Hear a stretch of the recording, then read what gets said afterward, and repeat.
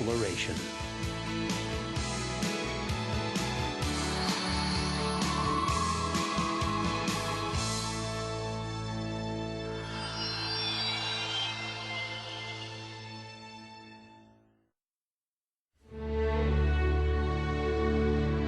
For 30 years, the shuttle has risen into the sky. As spectacular and familiar as a sunrise, its achievements can be taken for granted. With every liftoff of the dreams of exploration, and for the people who work on the shuttle, the pride of accomplishment. What does it take to get a shuttle to fly? For 3 decades, shuttle launches involved the entire nation, with parts coming from more than 37 states around the country. Not a product of NASA, but a product of America, with human hands putting loving care into each and every component. Well, getting a shuttle ready to fly is a tremendous effort by thousands and thousands and thousands of people. The external tank arrives by barge at the turn basin. So that comes on a barge from Louisiana.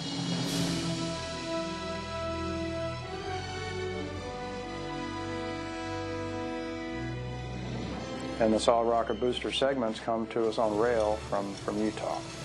And so they all come together. We stack the boosters, then we attach the external tank, and then the orbiter gets attached to the tank, and we roll out. A shuttle launch, it's the icing on the cake for all the work that they've done. The launch team includes folks that worked on the hardware or the software months before in a building that in the middle of the night that may not have any windows in it. They know that you don't have to have a highly visible job to be important in this business. So on behalf of the KC processing and launch teams, wish you good luck, Godspeed, and we'll see you back here just after Thanksgiving. Well, a launch here is very, very special. I haven't seen one from outside for over 10 years. I'm always in the control room. But thousands and thousands of people come to Titusville and Cocoa Beach and Cape Canaveral to see a launch. You watch the tourists, come here special. The kids, just in awe when the orbiter lifts off. It's a tremendous feeling of accomplishment.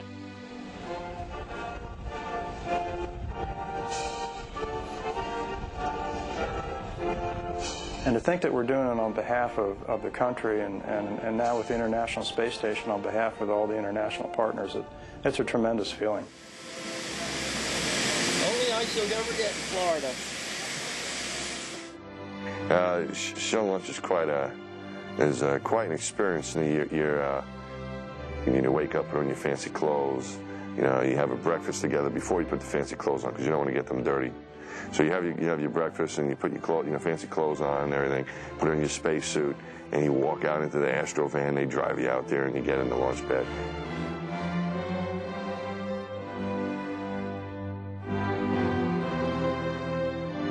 Leading up to the launch, it's a lot of training, and it's something you've been preparing for really kind of all of your life if you think about it, because this whole aspiration of being able to go into space is something that starts pretty early on for most people. Even though you're exhaustively trained for it, nothing really prepares you for what you're actually going to feel, because there's no way to really simulate that. So it really is, on-the-job training, as the as the saying goes. The launch is a pretty incredible experience, and I've heard a lot of people attempt to describe what it feels like. I've heard people say, oh, it's like getting hit in the back of your chair with the baseball bat. It's nothing like that. It's very hard to describe, in fact, because you're going from not moving at all to 26 times the speed of sound in only 8 minutes. And so the tremendous sense of acceleration is not one that you can really prepare for unless you've done it before. And then at 6 seconds, the main engines light, and you feel that, and the shuttle pitches and then kind of comes back upright at 0 in the countdown, and then the solids light, and then there's no doubt you're moving. And I remember looking over and seeing on the display, yep, all those main engines are 100%, and then it was like, boom, and we were kicked off the pad.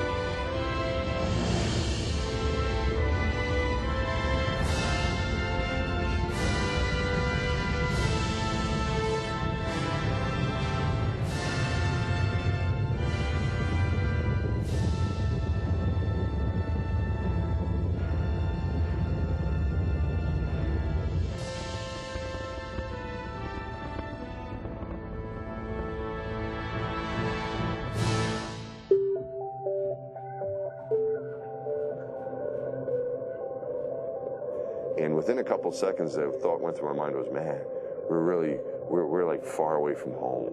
Already, you knew you were going someplace far away. And as we go, then we separate from the solid rocket booster, and then the ride becomes very smooth. There's no shaking much anymore, but we are outside the atmosphere of the Earth, and we can accelerate real fast now. We have to reach 25 times the speed of sound.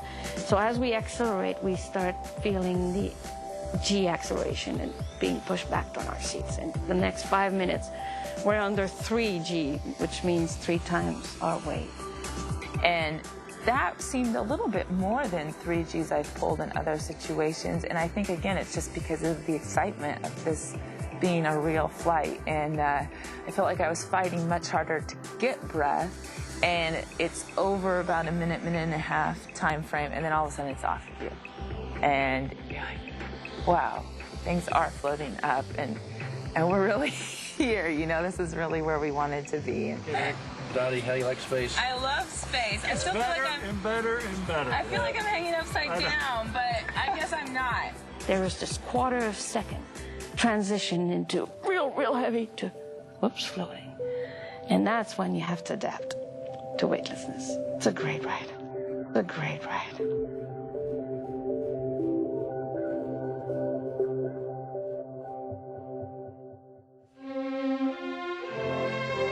Before the space shuttle, spacecraft like this Apollo capsule are built for no more than 3 astronauts.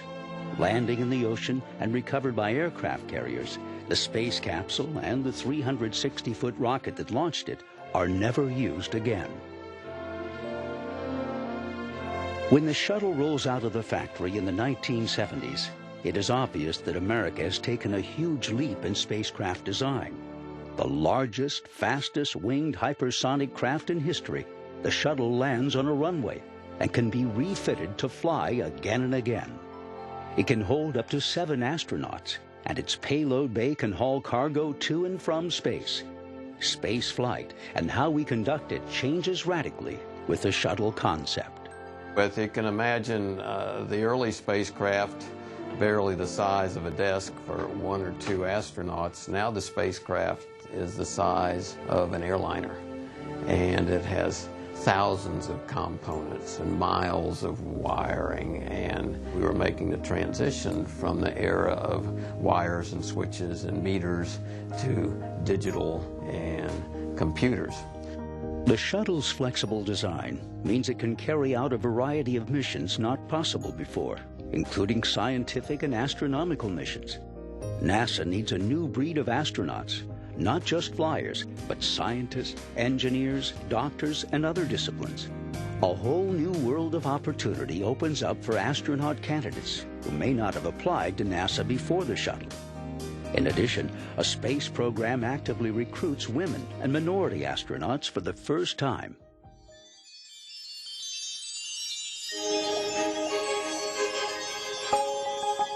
One of the earliest uses of the shuttle is for space lab missions. For the first time, an entire laboratory, the size of a school bus, can be hauled into space in the shuttle payload bay and returned to Earth. Built by the European Space Agency, Space Lab is a prime example of early international cooperation in space. The shuttle missions allow scientists and researchers from around the globe to participate in the high-flying experiments. But why conduct science in space? By going into space, it allows us to be able to study everything that we can think of without the presence of gravity. And if you think about it, everything that we've done in the laboratories here on Earth, all the science that we have had the presence of gravity. And so this is a very, very unique opportunity that we have so we can find out just how gravity affects all different kinds of systems. Shuttle science missions also study the Earth itself, aiming instruments located in the shuttle payload bay to monitor the Earth's ozone layer.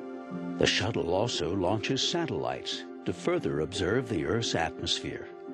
Over time, the data gives researchers important information about our changing planet. The shuttle also orbits the Earth with a series of radar mapping missions, allowing us to view the features of our world with a new level of detail.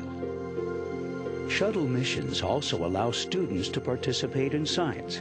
2 programs, KidSat and EarthCam, allow students to make Earth observations using a remote-controlled camera on the shuttle. For the first time, students take an active role in a space mission. My name is Ebony Miranda. We want to know if you can start the car on top of the track. Okay, let's try the top. Astronauts also take advantage of space to partake in educational events with students from around the world. In the microgravity of space, experiments are filmed and distributed to schools for further learning opportunities. The shuttle is not only a science vessel. Commercial clients from around the world take advantage of the shuttle's capability to carry satellites into space. Yes, it proves the physics of frisbees works up here as well as it does on the ground. Space hardware of all shapes and sizes launches from the shuttle payload bay. And you'd point the orbiter in the right direction and spin these babies up and eject them out, and then about half a rev later, those motors would burn, and the thing was pointed in the right direction to take it on its way to the final orbit. A great capability that the orbiter provided. Before the shuttle, if a satellite malfunctioned in space, it became multi-million-dollar space junk. The shuttle gives ailing satellites a second chance, offering rescue and repair missions. All got a good grip? Yes, sir. Houston, I think we got a satellite. The shuttle scenario of having people and a work platform in space benefits all types of space hardware. But one repair job stands out above the rest: a space telescope named Hubble. Launched in 1990, Hubble is to float high above the haze of Earth's atmosphere, free to view the cosmos with unprecedented clarity. But when scientists get the first pictures back, the results are less than spectacular. Hubble has a flaw in its primary mirror, resulting in fuzzy imagery. NASA mounts a repair mission to try and salvage the telescope. Using the shuttle payload bay as a work platform, astronauts conduct a series of spacewalks to fix the telescope.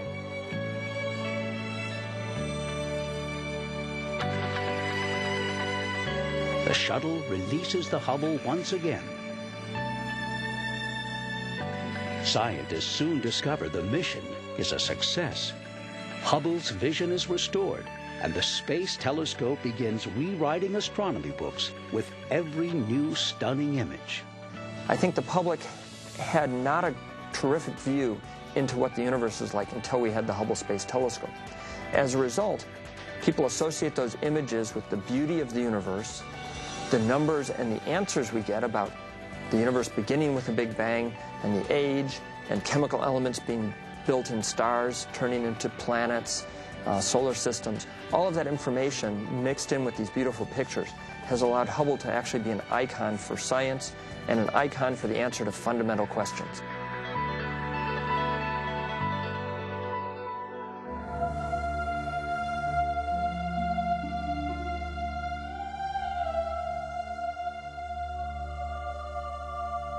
In 30 years of flying in the treacherous environment of space, the shuttle is not without tragedy. The loss of 2 space shuttles, Challenger in 1986 and Columbia in 2003, claims the lives of 14 astronauts. The nation mourns the crews as friends, neighbors, colleagues, and as the heroes they are. For some, the tragic events are a source of inspiration. When I was in high school, I was probably in the 10th grade, I think, when we had the Challenger accident. And that was sort of the first thing from the space program that really sort of made it onto my radar screen as a big event. And it seems like a strange thing to say, well, that inspired me. But at the same time, it was something that it made me aware of the shuttle program. It made me aware of how important this work was that the shuttle program was doing. and that people were willing to risk their lives for it. So that was sort of the big event to me that put it onto the map and made me think about, well, what would a career with NASA be like? For Columbia, which was lost in its return to Earth, the public becomes directly involved with the recovery of the spacecraft. Recovery teams, many of them volunteers, diligently search for debris, hoping to help NASA discover how the accident happened. The public outpouring of grief was matched only by the drive to continue. NASA and the nation were determined to make the shuttle better and safer, and to persist. The shuttle was grounded for years following each accident. As it rose again each time, the pride in America and its space program was palpable. You know, you hear in tragedies that they say, well, they died doing what they loved to do, and they would have wanted us to carry on. And that is absolutely 100% true in the Columbia case. I know every one of those astronauts personally, and I know each one of them would have been extremely disappointed had the program ended because of that tragedy. They truly, truly believed in what they did. They gave their lives for what they did, what they believed in. So we had to find the problem, fix it, and fly again. And on launch day, we were doing just that. It's what we do. We are launching America's space shuttle for the good of the country and the good of the world. It's what we do. We have to do this. A lot of thoughts back to Rick and his crew. But it was also looking forward.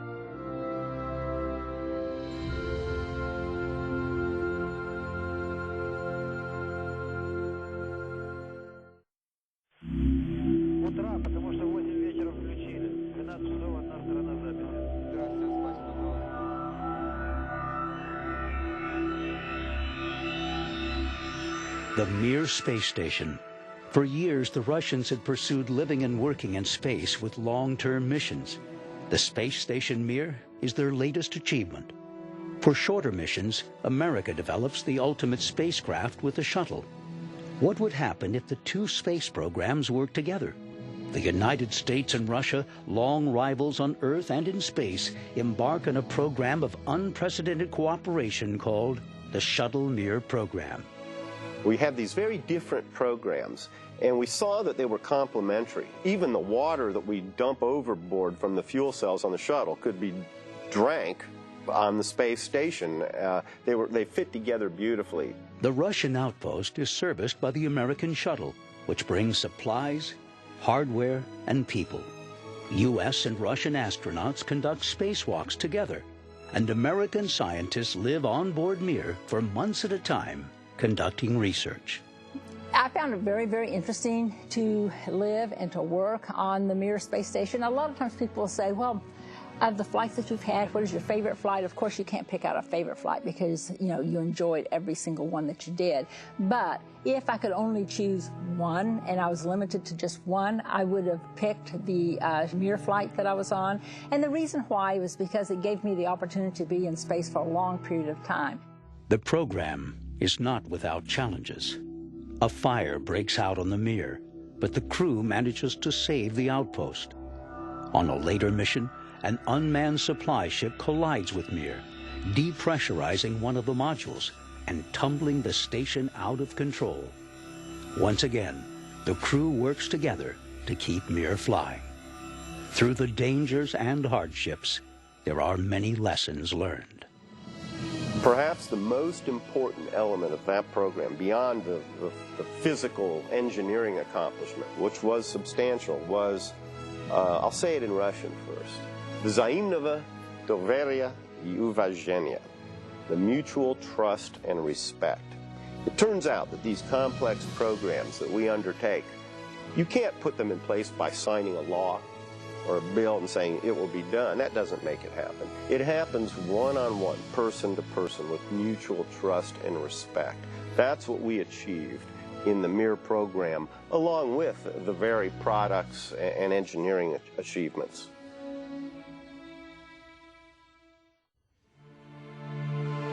From the beginning, it is imagined that the shuttle can build a space station.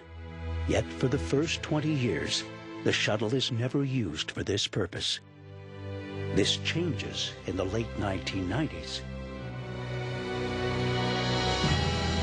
Building on the success of the Shuttle Mir program, the United States partners with Russia and other countries to build an international space station. The station is so large, it must be sent into orbit one module at a time for assembly. Russia sends up the first component, Zarya. The first U.S. module, Unity, is loaded onto the Shuttle Endeavour. This new international era in space starts with a bit of magic. There's a picture Red Huber took. It was a rainbow over Endeavour sitting out on the pad. And I have to share a little private story. My daughter and I are real Wizard of Oz aficionados. We launch, you know, then that night everything went absolutely perfect. We're on orbit, and the wake-up music for our first day on orbit was Judy Garland singing Somewhere Over the Rainbow. And man, it brought tears to my eyes.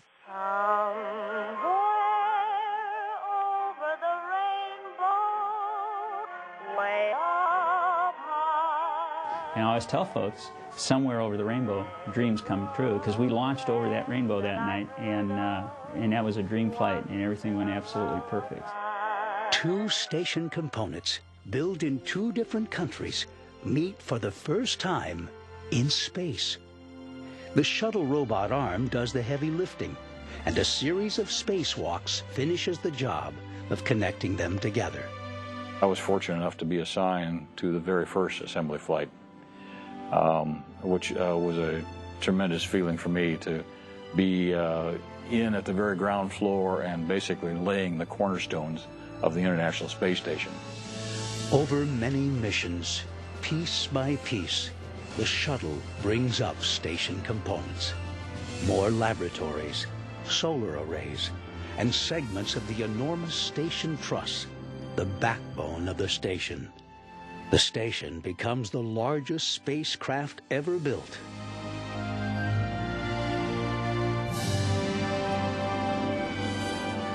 The station was humongous. The size of 2 football fields, 8 habitable modules, 6 people permanently inhabiting. It was a living laboratory that we walked in with people inside, with life, with stuff everywhere. It was humongous compared to what it seemed before. As a final mission for the space shuttle, building the International Space Station may be the most lasting achievement.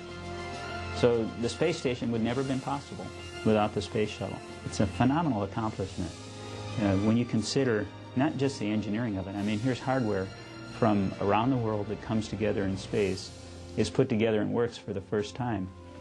But the cultural differences between, you know, Japan, ESA and all its partners, the United States, Canada, Russia, and we're all working together as one. And that is really a fantastic model and a great model for the future when we eventually explore beyond our home planet.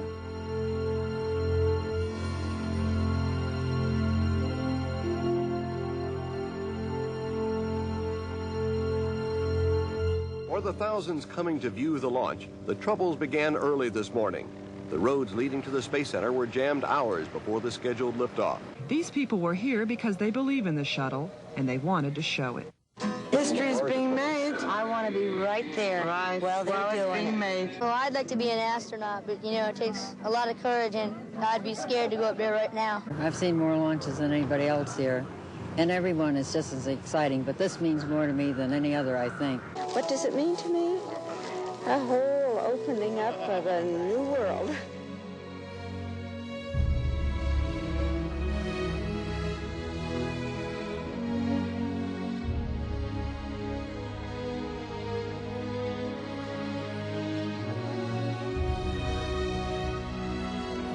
I definitely think since the shuttle was invented, they thought it was like a revolutionary thing, and it's definitely helped us to build ISS, and I'm kind of sad to see that they're retiring it. I mean, I always loved to watch on TV when they first started, when they shot them in the air. I've always been fascinated with rockets, but shuttles, they just really astound me. I believe that the Space Shuttle program is one of the most significant engineering feats that the United States has ever been involved in. And the opportunity to go to the launch site and at KSC and see a launch is the most memorable experience I've ever had. It is an awesome, awesome experience. When you explore, you're always looking forward. You're always looking at what's next instead of just where you've been. What the shuttle brought, I always felt that Apollo lacked was a sense of science fiction to it. Here's a spaceship that you can fly and land, and there was something very romantic about landing a ship rather than parachuting down into the water, and I think that captivated people. I think it's meant a great deal to America. It allows us to be some of the first people to explore the world and to be the leaders to tell the rest of the world about what's going on in outer space and to let us know that it's bigger than just us. I think it was like a great experience, and we got to explore, a lot out of space and about what we don't know. So I think it was really good. It's been a new frontier for America. It's been a chance for us to continue kind of the American dream of reaching into new lands, and it's given us hope of being able to continue spreading out through the universe. I would like to see if we could maybe explore one of the gas giants. I would like to go to Mars. Neptune. I want to go to Mars. I want to journey to Mercury. Mars. I want to orbit the Earth.